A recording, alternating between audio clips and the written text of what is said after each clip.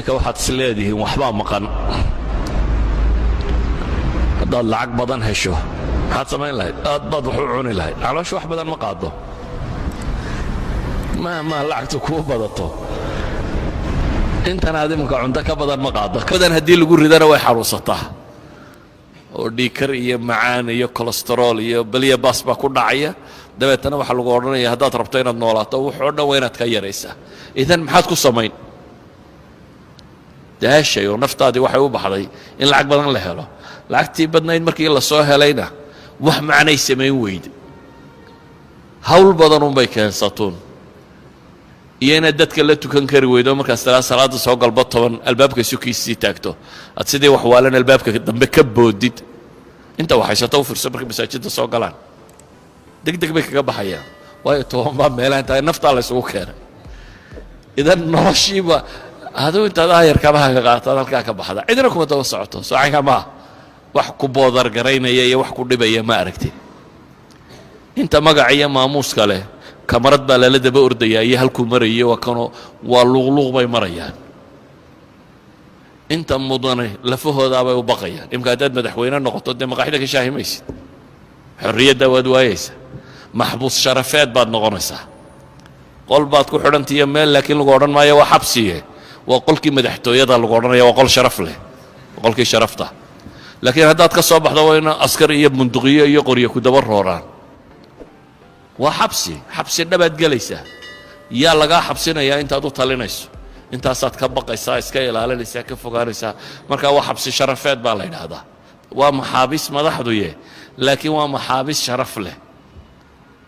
waa maxbuus aan wax cuni karin. madaxda waaweyn dunida maqashaan wax ma cuno ilaa in laga dhadhamiyo mooyaane. adiga ma cid baa cunada kaa dhadhamaysaa?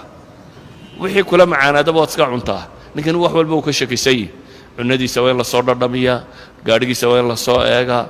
halkuu tegayo waa in mukhaabaraadka oo dhammi war ka bixiyaan. meeshu maaha aamin. maanta tegi kari maysid. 10 casha ha ku dhaafaana iska sug. maalinta dambe caynkaasay noqonaysaa. waa inuu qof meel gaadho. adigu meesha aad u baahato baskaa kaa xiga inaad fuusho soo saa maaha. laakiin ninka madaxda ahi meesha u baahdaa sidaa maaha. idan bini aadamku wuxuu ammaanta moodaya xabsi isu beddelay. wixii uu rabay inuu xaqiijiyo ayaa xabsi isu beddelay. ayuu waayey qofku xorriyaddiisii u ahaa qof bini aadam oo nool. ayuu alaxiba marka war noloshan adduun qiimo ma yaallo. noloshan adduun ilaahay wuxuu leeyahay yaa ayuha alinsaanu innaka kaadixun ilaa rabbika kadxa walaqad khalaqna alinsaana fii kabad. problemkaa isbeddela. maalinba problemka aad ka fakarayso unbaa kii hore ka gedisan. mushkiladda nooceedunbaa isbeddelaya. imika waxaa laga yaabaa inaad leedahay dee mushkilad cunno yariya baa nahay soo 3 midhoo canjeelaabay islaamtuna siisaa naguma filla. hadhowna mushkilad cunno xumiya unbaa ku helaysaa oo wax lagu odhanaya kana cuni maysid kana cuni maysid kana cuni maysid. cunnadii waad haysaa laakiin waa mamnuuc. macaan baad qabtaa inta macaan cuni maysid. barashar baad qabtaa inta dhanaan cuni maysid. waa wax waliba waa mamnuuc. iminka waad xorriyad baad haysataa laakiin dee maqaaxida waa iska fadhiyaa maxaad haysaa baan ku hayaa. laakiin ka madaxweynuhu wuxuu isleeyahay mar run yaa maqaaxidii kugu celiyaad iska shaahaysidoo dadka tidhaahda war maxaa haysaane ma haysto. idan nolosha problemskeeda isbeddela laakiin guul male tani. marka aad heer ka tallowdaba mushkilad cusub odoo isla mushkilad baad xallishay.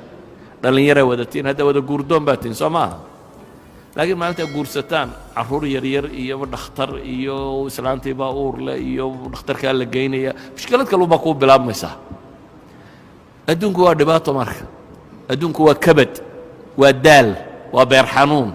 inta la nool yahayna waa lagu jiraya. waxaa ku jiray dadka kuwuu ilaahay ugu jeclaa.